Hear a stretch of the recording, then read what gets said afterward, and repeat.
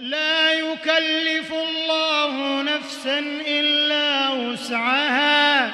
لها ما كسبت وعليها ما اكتسبت. ربنا لا تؤاخذنا إن نسينا أو أخطأنا، ربنا ولا تحمل علينا إصرا كما حملته على الذين من قبلنا، ربنا ولا تحملنا ما لا طاقة لنا به،